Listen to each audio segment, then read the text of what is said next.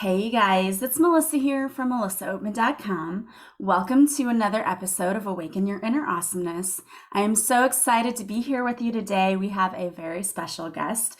Today we have with us Mr. John Strelecky.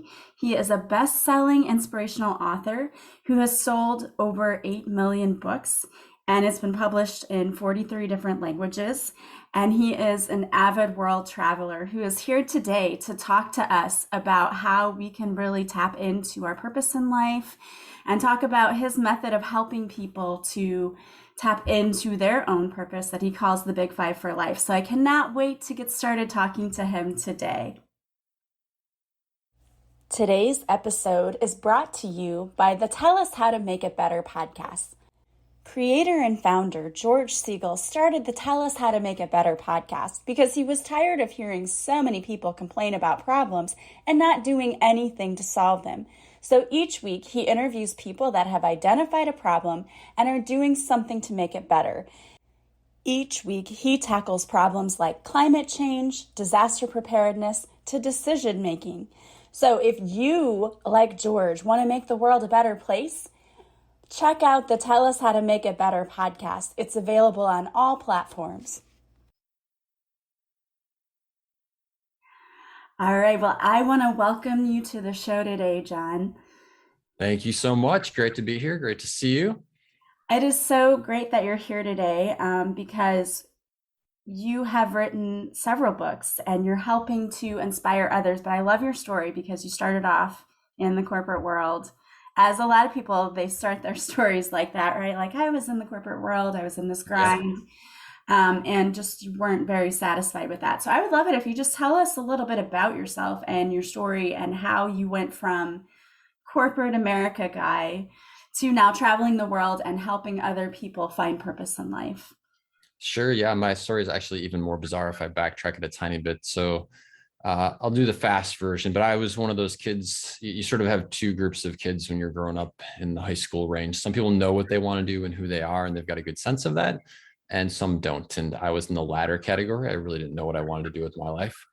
And for some reason, after watching the movie Top Gun, I decided that I wanted to be a pilot, in part because I knew that if you were a pilot, you could get free airline tickets. And what I really wanted to do was to go see the world. And so I was like, well, that sounds pretty good. You get free airline tickets. And so I invested my life savings. I had been working since I was 12 years old. We didn't have much money when I was growing up, in my dream of becoming a pilot and eventually getting to go see the world.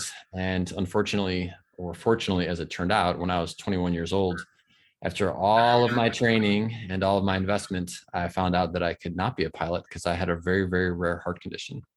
And so literally in one day, it went from being, this is going to be your life, towards this is never going to be your life.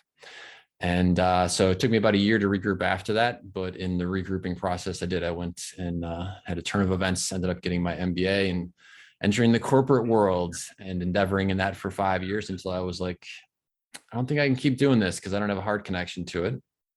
And so I left everything behind to go backpack around the world and did that for a year. And I know that you're a traveler too. Yes. And so when I came back from that, I was a very changed person. The way I looked at my life, the way I looked at the world, the way I looked at what I could do with my life, the value of a day. Like, that's a very interesting concept that changes a lot when you're out there backpacking the world. And so when I came back, I had a stream of conscious typing experience that lasted for 21 days where it flowed through me. And that is the cafe on the edge of the world. I wasn't a writer.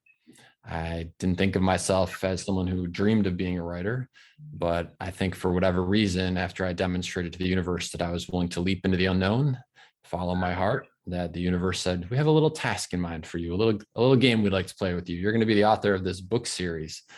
And so here we are now. The book, as you mentioned, is in 43 languages, and it's been a 7-time bestseller of the year. It's being turned into a movie, and all because I took that leap into the void. So I love helping people do the same. I love that story, and that's awesome. And it's amazing to me what traveling can do for Yeah. people and how, when we travel, we connect to other cultures, other people, but we learn more about ourselves too in that process. Yeah, it's interesting how no matter where you grew up, you have a perception of reality based on your life experiences. And then when you get out there and travel, even little things, like I remember the very first time I ever traveled overseas, I did a 10-day trip to Italy with two friends of mine. And then I did a month wandering through Costa Rica with a backpack. And I remember in Italy, we were staying with some friends of one of my friends in Milan. And so we were just like crashing on the floor, crashing on the couch. And I went to go take a shower and I couldn't figure out how to get it to go hot. And the reason I couldn't is because they have these electric things on the top of their showers in some of the small flats. And you reach up and literally turn on this device. There's like all kinds of electrical wiring. I'm thinking to myself, this does not look safe. Like electrical and water. I don't know about this, but this is the norm for them. And so it really helped me realize something very profound, which is just because this is the way I've been doing it doesn't mean it's the right way. Like there's other ways that people are doing all kinds of different stuff around the world. And if I'm open to it, I can learn an awful lot by asking the question, I wonder how somebody else does it. And I wonder why they do it that way. Yeah, and it definitely, I think, opens your eyes a lot when you see that, as you said, we've been taught to do things a certain way our whole lives, and we've been conditioned to think that this is good and this is bad. Yeah. And when you travel, you're like, well, that's not really the case at all. So yeah, you make a good point with that. I also think that I don't know about your travel experiences, but especially traveling in third world countries, it just makes you so grateful for something that you didn't deserve. I mean, I dropped out of the womb and dropped into a country where I got a passport that basically gave me access to the world. And in so many of the places that I was traveling, these people would work their whole lives just to save enough money to send their kids to the neighboring country because they thought they could make a better living in the neighboring country. There was no way they could get to the US or another country like that. And yeah, I remember being in Vietnam and seeing these bands that play, and all the members of the band are victims of landmines. And so they're all missing a piece of themselves. That wasn't my reality growing up. I didn't have to worry about running into a landmine. And again, it's not like I did anything to deserve that. It's not like I accrued 1,000 good person points or did 1,000 good deeds. I just got that gift, and it humbles you. It makes you very grateful for what you have. And hopefully it's something that we carry with us when we see those moments, because it's easy to drop into a personal pity party. Something goes wrong, you're frustrated with something, but then you have that frame around and you're like, well, I didn't have to deal with that, and I have a warm shower. So I love travel for all those reasons and more. Yeah, and it does, if you're like me, I love to travel, but also I love coming home even more because I appreciate, my bathtub or my bed or, those kinds of things too, or getting to see my dogs when I come home. So it makes you very much appreciative of everything, I think. So that's one of the reasons I love to travel too, because I think you learn to appreciate everything in life. Yeah, totally. And I think that if like I find that about 95% of people have travel on their life list of something that they'd like to do. So one of the other benefits is that it gives you a good taste of an alternate reality that you could be spending your time on. And so if you dream about Hawaii, but you've never been to Hawaii, it has a certain pull for you. But if you actually go to Hawaii and snorkel, like Black Rock or some other famous place there, and you love it, now when you go back home and you're working, even if you don't love the job, the money that you're earning has a whole new level of usage. And so that applies whether you love castles and the first time you ever see a castle in Germany, or some other in Africa. Like one of the places that I love the most in the world is Southern Africa. And it's one thing to see it on Discovery Channel, but when you're there in the Serengeti and you're watching the animals and the sunrise, if you've ever dreamed of it and then you experience it and then you go back home, like you will work like a dog to get yourself back because it's such a magical place. Yeah, I totally agree with you. That is one of the things. Greece has always been on my bucket list, Greece and Croatia. And we're actually going to be doing a cruise next summer to go see both of those places. And I'm very, very, very excited about that because that's a Fantastic. bucket list thing for me. And I'm all about, set goals and make sure that you get yourself there. Like, don't spend your whole life just dreaming of things. Get out there and do it. And so I want to get into talking about what you're doing now to help other people because you came home from traveling around the world and you wrote this book in 21 days. And I know exactly what you're talking about when you said that you channeled this book because it was like a stream of consciousness that it's just flowing through you. I feel Yeah. like that was the same thing when I wrote my book too, was it just, I wrote it in like a couple of months because it just came so easily. And I feel like that wasn't me at all. That was just me channeling the book. So I understand what you're talking about there. So the book is called The Cafe on the Edge of the World. Tell us a little bit more about the book and why you wrote that. Yeah, like I said, so I think it picked me more than I wrote it. But I will say that I would say the very first person who's supposed to read everything I write is me. Like the life lessons and the stories are things that I've been struggling with, or trying to figure out, or wondering about. And so my whole life, even from the time that I was a little kid, I was trying to figure out, what is the point of life? I would look at adults who were unhappily doing jobs that they didn't like. I would look at people that were getting degrees that they didn't enjoy the subject matter.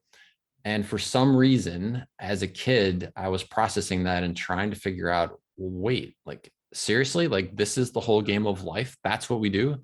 And then we get to age 65 and then you do fun stuff. It just didn't make any sense to me as a kid. Right. And so I really thought that I was the only person wondering these things, asking these things. And then when I came back from my travels around the world and had the story flow through me, there's three questions in the cafe menu that the character discovers. And the first one is, why are you here?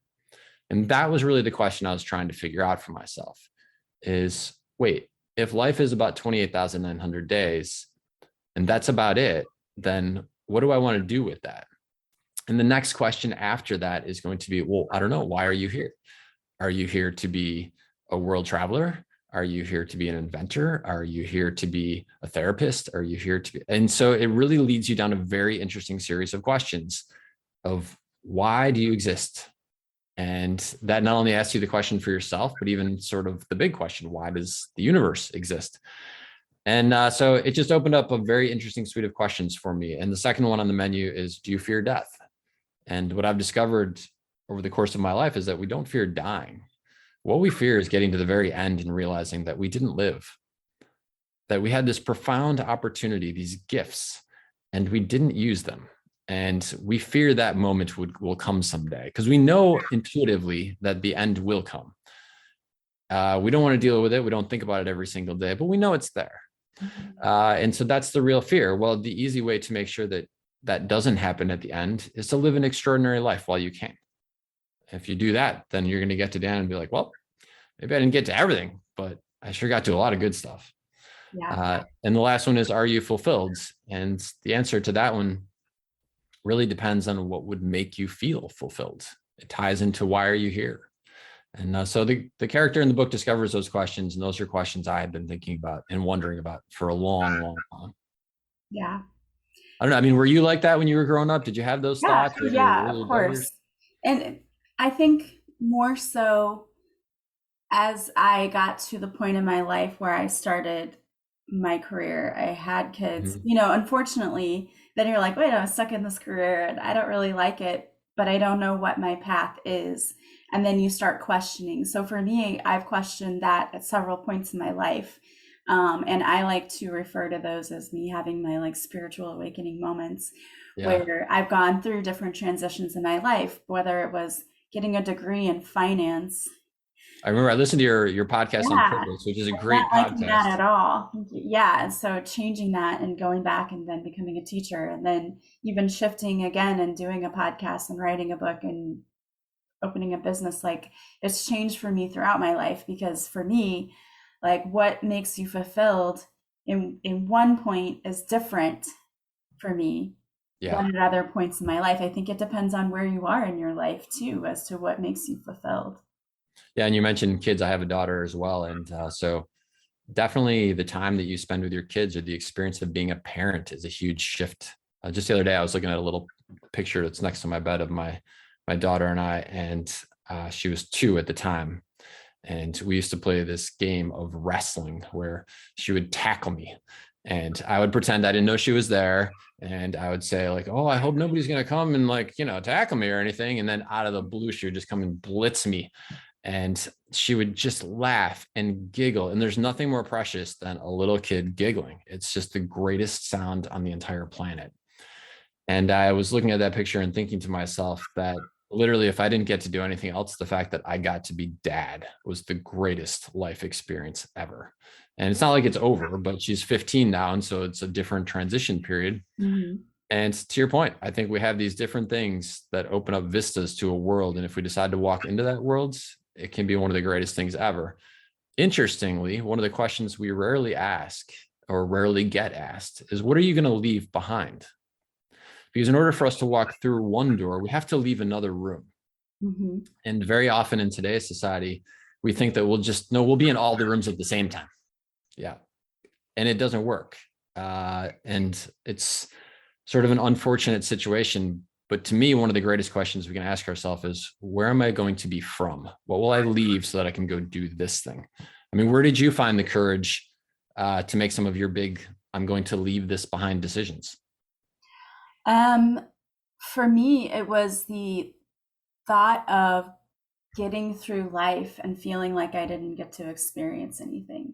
Yeah. It was that feeling of I get up, I do the same thing every day, and like I don't want to keep experiencing this in my life because it's not a pleasant thing to feel like there's nothing to be joyful for. And I know you have to look for things and, reframe your mind, but also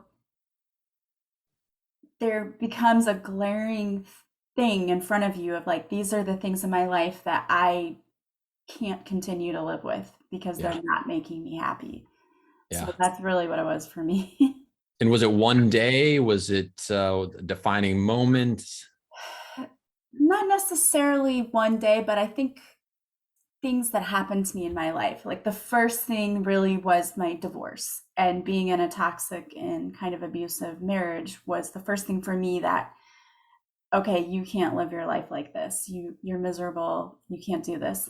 And then the next thing was also a major breakup of me saying like, wow, I keep, attracting the same people over and over again. So there's got to be a reason. And I realized it had to be with me. I had to look within for myself and what was I doing?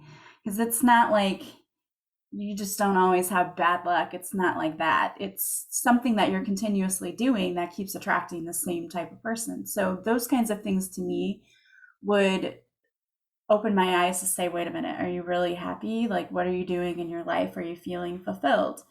And that sometimes led to shifts in career, Mm-hmm. as well as working on myself and doing like the inner like healing that I needed to do. I like that. It sounds like a combination. I call this playing the fast forward game. That there are certain moments in your life that they're not great. And sometimes they're even way worse than not great. They're horrible. And if you just look at it on an individual day, you might be able to tolerate it, especially if you have the coping skills like you were talking about. Oh, okay, yes, the situation is lousy, but I've got my health and I've got warm water in the shower and I've got a bed to sleep in. And so we can come up with reasons to be grateful, but it doesn't mean we should stay in the situation that is occupying 80% of our unhappiness. Right. And so I love to play the fast forward game where you take this moment and you say, yes, even with all of those things that I'm grateful for, if I fast forward my situation 10 years, but the big thing doesn't change, the thing that's making me most unhappy, will I be okay with that? And if the answer is no, then it's about having that courage. And I asked about having that courage because I think in my life and so many people that I meet, that is the question: is where do I find that internal courage to make the change that I know inside my heart that I want to be making? And so I appreciate you sharing that. My hope is that I think every time we hear of someone else having courage, it gives us courage. And Yeah. I when think we learn a sometimes, process, it gives us a process. hmm, and I think it helps people to feel like they're not alone. And if Totally. someone else can do this, maybe I can do it too. Yeah. When I'm standing and doing book signings, I think that is one of the most common themes that people say is they say, when I read your books, I realized I wasn't alone. I wasn't the only person asking myself, isn't there more to life? I wasn't the only person struggling with these bigger questions. And I love that because I remember when I was younger, like I mentioned earlier, I thought I was alone. I thought, am I the only person who sees the world through this lens? Like, what is wrong with me? There wasn't anything wrong with me. It's just that nobody else was talking about it at that point.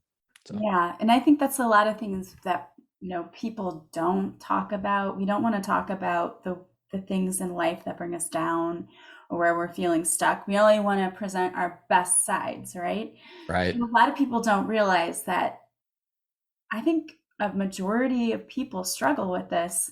They just don't talk about it and they don't say that they're struggling with this. And we just see it as, oh, burnout or this or that. But I think it's deeper than that. I think there's a lot of people who question why they're here and what their purpose is. And a lot of people feel like it's too late. If they've Yeah. gotten to a certain point in life, they feel like it's too late to work on that. And it's never too late, in my opinion. Yeah, it's never too late. One of the things I love about going back to the travel piece is how your perception of a day changes. And so in listening to your podcast on purpose, as I mentioned offline, I could relate so much to that because I literally had the experience that you described where I was in a job. I would show up on a Monday morning and I would look at the clock and I would think to myself, if I could fast forward time to Friday at 5 right now, I would totally do it. And when you think about that in the context of your existence, that's so sad. Like I was willing to miss 5/7 of my life because I didn't like what I was spending my time on. And that's a travesty. To the flip side, when you travel and you do something that, or anything else that you love, but I'll use travel as the example since I'm an adventurer. When you scale a remote section of the Great Wall of China and you stand there and look out and you can see where like, this is where history happened. Or you're in Africa and you watch a baby giraffe be born. It's just a perception. You're not willing to fast forward through a day anymore because now you realize like, whoa, this is what I could do in a day. I could go dive the Great Barrier Reef. Like it changes that experience. Yeah. And so that's one of my great wishes for people is that they allow themselves to experience life in such an unbelievable capacity that it reframes what a day is worth to them. Yeah. And I agree with you in that when I travel, I'm always amazed that I can start the morning in Germany and then by the afternoon, I'm in Switzerland or I'm in France, and you just think it's incredible where a single day can take you and Yes. what you can do in a day. Yeah. And it is about finding that courage. And I will say for myself, one of the things that has really helped me is a similar technique to what you described. And that is it's a combination of the playing the fast forward game that I mentioned. And then it is that second question on the cafe menu, do you fear death? I don't want to get to the end and look back and say, well, I really wish I would have. Like I know I could have. I knew I had it within me and I just didn't. And whether that again is diving the Great Barrier Reef or becoming a teacher if that's your calling, or spending more time with your kids if you have kids, telling somebody you love them that you haven't, like whatever your thing is, but allowing yourself to do it, see it, and experience it so that at the very end, you have no regrets. I think that's one of the great opportunities in life. Yeah, I absolutely agree with you. I love that. So I want to kind of shift the conversation a little bit because I know that you have the Big Five for life and you're helping people using this technique. So I would love for you to explain that a little bit to us. Yeah. The Big Five for life are the 5 things that you most want to do, see, or experience in your lifetime before you die. In spirit with what we've been talking about, it is allowing yourself to identify these 5 things and then align your resources so that that becomes your focus. And we often think of resources as financial, and certainly that's a big piece of it. But it goes so much deeper than that. It is your energy, your time, your thoughts, your beliefs. All of that are resources that every single day you allocate towards something. And the question is, where are you going to allocate it and why? We live in a very interesting society now where we have smartphones. And one of the things that I've noticed, people of all ages, is that they are tremendously distracted. Your smartphone can be the conduit to you learning tremendous things about your Big Five for life, to fulfilling your Big Five for life. So if you want to go to New Zealand, right, you can be sitting there learning about New Zealand, the top 22 things you need to do in New Zealand when you visit the South Island. Or you can be just flipping and be what I call pleasantly occupied. And the danger of the pleasantly occupied state is that, I don't know about you, but when I was a kid, when we were bored, the boredom was the catalyst to go do something interesting. It Mhm. was the boredom that fostered the drive to be doing something different. When we're in that state of just flipping and pleasantly occupied, we lose that catalyst for change. And so it's a very interesting time in humanity of whether or not we're going to rise above this type of obstacle and actually live a truly extraordinary life. And so When you know your big five for life and you align your resources, including your time, so that instead of just flipping and looking at somebody else living an amazing life, you're actually allocating that time towards you living a spectacular big five for life existence. It is unbelievable how the energy and the cosmic algorithm of the universe shifts to support you. What I've noticed is that in the same way that there is an algorithm within Google, where if you type in purple cows with pink polka dots 500 times, it's going to give you articles, pictures, videos, etc., all about purple cows with pink polka dots. That in my life experience, there is an algorithm underlying all things. And the algorithm is not looking at what we think and what we say as the primary driver. That's a piece of it. The huge piece of it is, what do we do? Because our actions are what indicate to the universe that this is our area of interest. And so if I sit at a desk or I stay in the relationship that's not good for me, but I sit in the desk at the job that I don't like, the benevolent force that is the universe says, how fascinating. Like John could do anything with his life. Again, he could be diving the Great Barrier Reef. He could be wandering Machu Picchu in Peru. He could be inventing something cool to solve a water problem. And instead, he's choosing to sit at that desk with his back hurting and his eyes are getting all foggy. I don't understand why he's so attached to it. But again, he's a creature of free will. As a universe, I'm a benevolent force. And therefore, since he seems to love that so much, I will give him more of that. And when we start to think about our lives that way, it changes everything. Because if we're thinking about what are our big five for life, and then we're actively bringing that into our existence in some way, shape, or form, the algorithm says, oh my gosh, that's what Melissa really cares about. Why don't I give her more opportunities for that? And that's when you have the random coincidence moments. That's when you're standing in line at the Starbucks and the person behind you says, I don't know why, but something tells me that you're thinking about going to New Zealand. And you're like, how is that even possible that they know that? Right. I mean, have you had those experiences in your life where you've had that random coincidence moment? Oh yeah, absolutely. Whenever I was wanting to write a book, but wasn't really sure if that was the thing I was supposed to be doing, Yeah. a commercial just came on TV and said, "Are you looking for permission to write that book? Well, here it is." And I was like, "Oh, okay, okay. There's my permission." There you go. Yeah, I totally believe that that happens and that the universe always aligns us with the guidance, but sometimes we're too busy to see it or to hear it or to notice it. That could have been easily me walking into the room, seeing TV on in a commercial and not paying any attention to it at all. But the Yeah. fact that I tuned my attention, because I don't watch commercials, who watches commercials anymore? Right. That it came on right at that moment. And I was thinking, should I be doing this? Is this really my path? And then you need permission. Here's your permission. So, Yeah. yeah. Yeah. One of the things I love about the big five for life is that as I've used it in my own life, as I've seen the impact it has on others, the equivalent story that I would share is it's like turning on 5 radio stations or 5 podcast focused channels, etc., where you are sending out the message to the ether that says, these are the things that I am most interested in right now. And so it heightens your awareness. It alerts the cosmic algorithm of the universe that says, oh, look at that. She's really interested in teaching. Why don't I give her resources about teaching? So I think it's a combination of your tuning into it when it's everywhere around you. But I 100% have seen it happen so many times that I also know it's the algorithm saying, oh, you're interested in that? I'll give you more of that. Yeah. It's really amazing to me the way that the universe does work and align us to where we're supposed to be in exactly the right moment, because it takes so much calculated effort to be exactly where you're supposed to be at the right time when the right person shows up to Yeah. help you get started with whatever it is that you're wanting to do.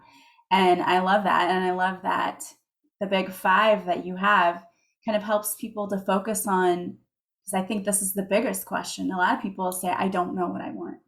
I Right. don't know what I want.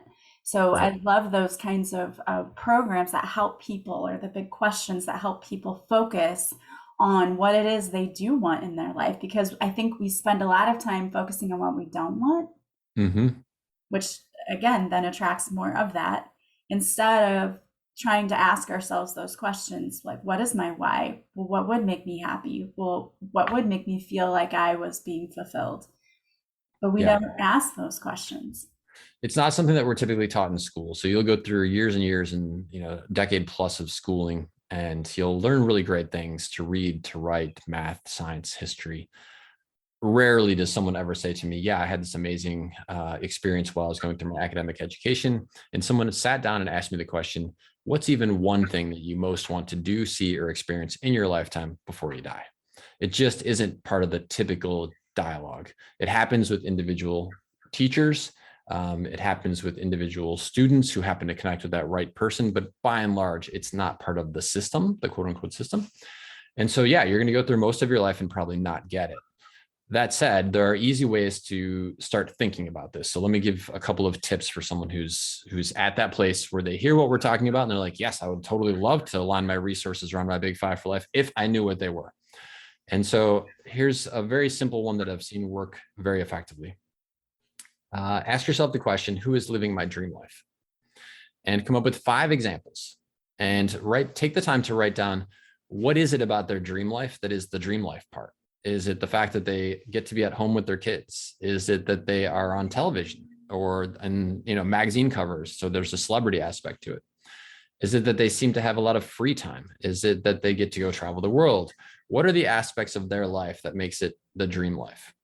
And then learn as much as you can about that person, because there was a story. They came from somewhere before they became that person. Either they took courses or they overcame obstacles, but learn as much as you can about those 5 people. And what you're going to notice is you'll start to see patterns. And those patterns are basically the pathway for you to go from where you're at to that kind of life. It works amazingly effectively. It sends a brilliantly bold and spectacular symbol and signal to the universe saying, this is of interest to me. And so you'll get lots of very coincidental, not so coincidental moments of support in that regard. And it helps you then figure out directionally where you want to start going. In sync with that one, I'll give you another tip that has worked really, really well. And that is, your brain has one primary goal, which is to keep you alive. And so what it wants to do today is whatever it did yesterday, because you're still here. It must have worked. I didn't get eaten by a saber-toothed tiger. I didn't get stepped on by a woolly mammoth. It must be working. We're still here. And so the danger in that is, if you're not careful, you'll just end up doing the same thing today that you did yesterday. And as you talked about, you were in a relationship that wasn't the dream relationship for you. You found the courage to say, I actually want to have that not be my tomorrow. And so one of the ways that we can help get our brain comfortable with this is what I call sampling. So, Melissa, have you ever gone into the grocery store and they had samples? Yeah, of course. Okay. Like, how big are the samples? Usually like just a small bite size something. Exactly. Like toothpicks and cheese, Yeah. or like a little sample of a drink in a little solo cup or something. Right. And so that's the sample size. If you like it, how big is the size of the thing that you actually would buy? Oh, yeah, like a package of like 6 or, yeah. Yeah. You're buying the 2-pound block of cheese. Like Right, it's just right. amazing, right? And this is a great aha moment. And so everyone who's listening, think about this next time you see a sample of anything, that when your brain gets the opportunity to sample something, there's very low risk. And what's interesting though, if your brain likes it, it's much more receptive to the big version. And so here's an example of sampling. Let's say, give me an example, if you would, Melissa, of something either that you thought about doing and then did, so like a transition that you made, or even something that would be on your big 5 for life list today. Okay. So something on my list today is I would love to be a public speaker and go and help motivate people in changing their mindset. Fantastic. Okay. And so let's talk. So let's say that you and I were working together and you shared that as one of your big 5 for life. I'll walk you through the sequence of steps as it relates to sampling. So you and I are sitting together and I say, Melissa, you're going to be awesome at this. Like, I've heard you on your podcast. You got great charisma, tremendous likability. I know that you come from a heart place. You're going to be fantastic at this. That's a very important step, because you want to be around people who A, tell you the truth, B, have experience, because I've spoken on tons of platforms, and C, can see you for who you really are and are supportive. But that's not the sampling part. So here's what I would tell you for the sampling part. I'd say, Melissa, I think this is a fantastic dream. I know you're going to be awesome at it. So here's what I have in mind for the next 2 weeks. I would like you to spend 5 minutes a day, just 5 minutes a day. Literally, you set your timer on your phone at 5:01. You got to stop it. But 5 minutes a day exploring this world of being a speaker. Now, you can watch YouTube videos. You can watch other speakers. You can read magazine articles. If you want to do something with a physical thing, you can watch things online, whatever you want, Melissa. But 5 minutes a day, and that's it. Well, 2 weeks go by. We meet up. I say to you, Melissa, how was it? It was awesome. Like, this is so cool. Like, look, that person's on the stage. They're so happy. Look at that audience. They're loving this. And you say, well, what's next? And I say, well, Melissa, you're going to be super excited about this because instead of 5 minutes a day, we're going to do 10 minutes a day for the next 2 weeks. Now, what is your brain thinking at that moment if you loved the 5 minutes a day? Can't wait to do the 10 minutes a day. Exactly, right? Yeah. And also, it's probably thinking, what are you talking about? 10 minutes? Like, that's not very much time. Like, these are great speeches. Like, these TED Talks are 18 minutes. I got to do this over the course of 4 days. Okay, so 2 weeks go by. I come back. I'm like, Melissa, how was it? It's awesome. Like, you should, there's these amazing speakers out there. There's so much great content. I can totally see myself, because what's happening is on an unconscious level, you're watching a female speaker and your mind is saying, your unconscious mind is saying, huh, now this is interesting. That's a female on that stage and we're a female. She seems really happy on that stage. I like to be happy. Maybe this isn't so traumatic. Maybe this isn't a bad thing. Maybe this is actually a great thing that we could be doing. And so slowly, piece by piece, your unconscious mind is starting to draw the connections where this could be your reality. And it happens on such a micro level. Literally, it's happening like, oh, that's a female speaker and she's wearing a dress. Wait, I have a dress. Like, all of these little micro cues are happening inside the unconscious mind. But on the bigger level, now you come back after 2 weeks. I say, all right, Melissa, fantastic. How was it? You say, it was amazing. It was so great. I say, what's next? I say, well, Melissa, there is a conference going on in your city, and it's hosted by the Association of Spectacular Speakers. And I've signed you up to go, and I would like you to go.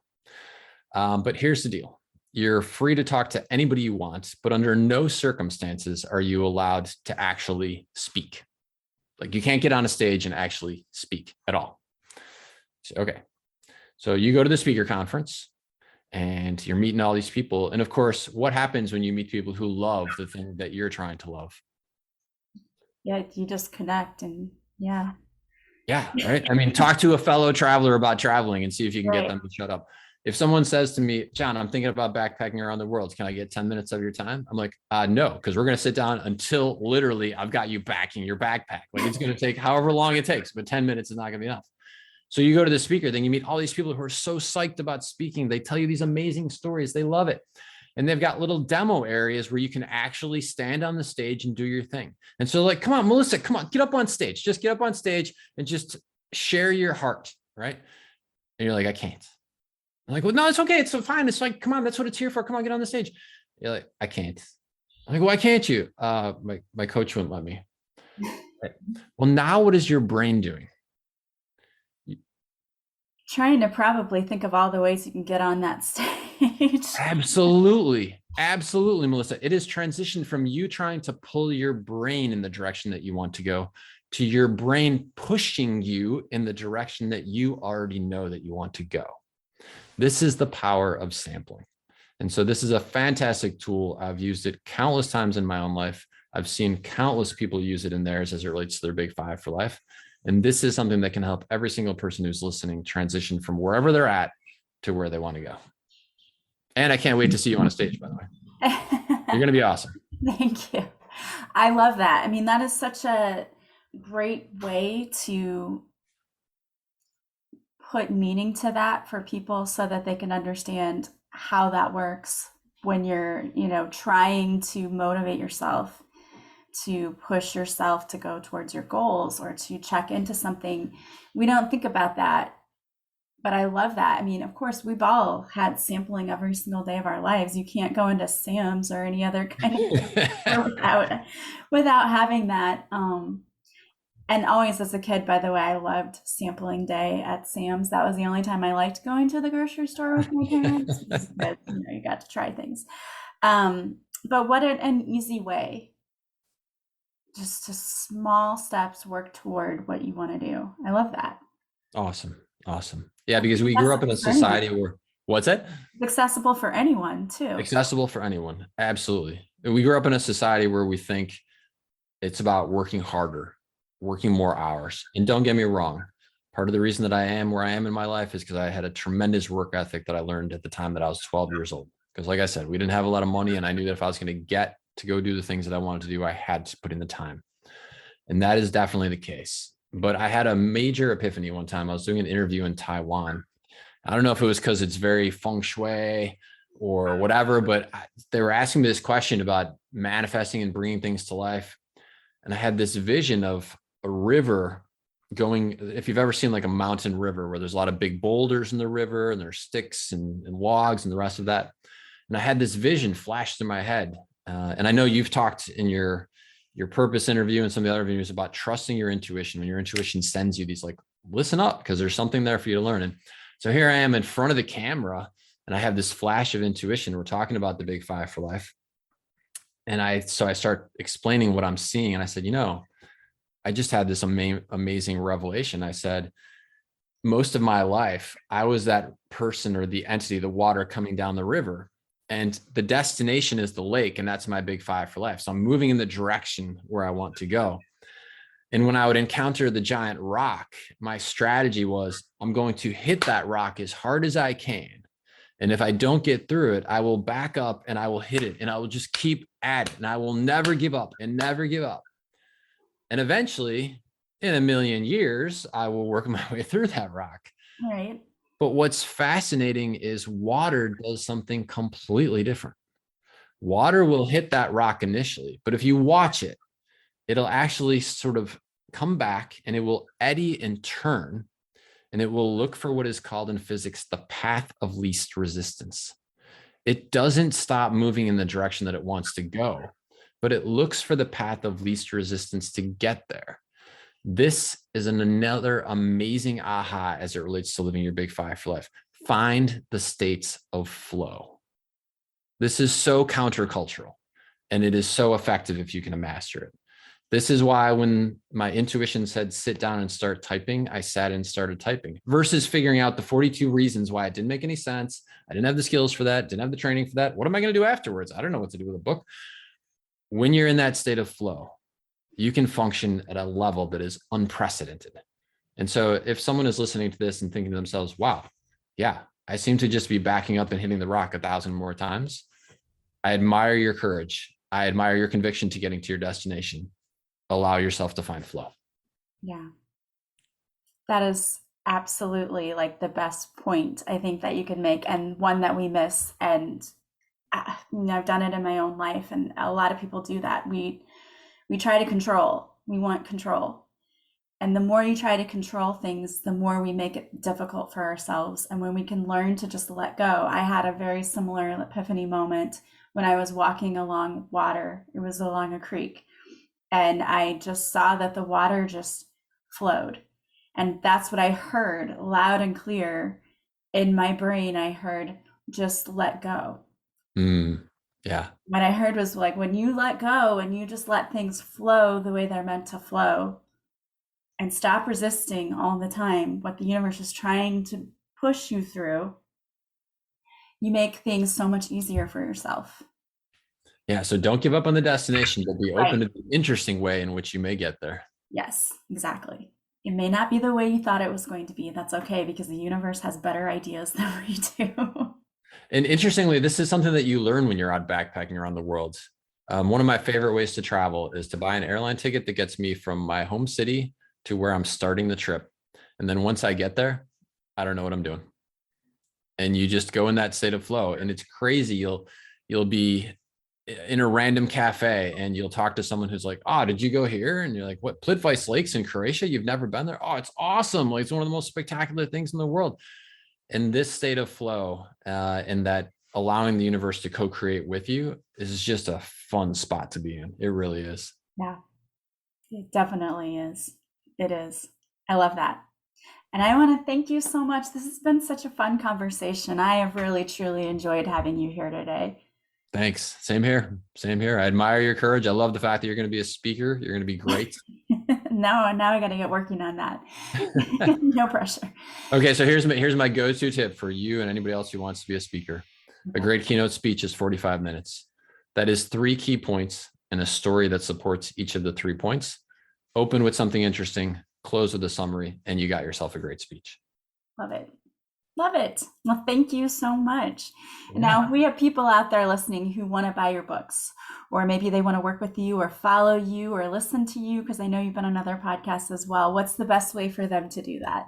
Yeah, absolutely. So book purchases, Amazon is a fantastic vehicle because everything that I write is on there. It's probably in your local bookstore too, but certainly check Amazon first. And as far as social media goes, we actively post thoughts and ideas that I have that are inspirational in nature. And so that's John Strelecky. So please go ahead and follow us on Instagram if you feel like a good dose of a healthy dose of inspiration is something that you're looking for. And then something longer, if you look on my website, which is johnstrelecky.com, sometimes I'll have a thought or an idea that isn't necessarily something I'll fit into a book. So I'll just write a piece about it and I'll post that on my blog. Awesome.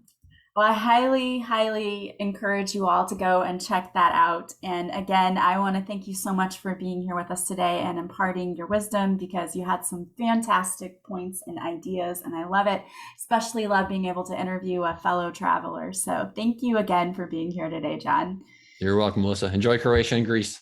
Thank you. And I want to thank all of you for being here with us today as well. If you like this podcast, please subscribe. Please leave a positive review from wherever you're listening.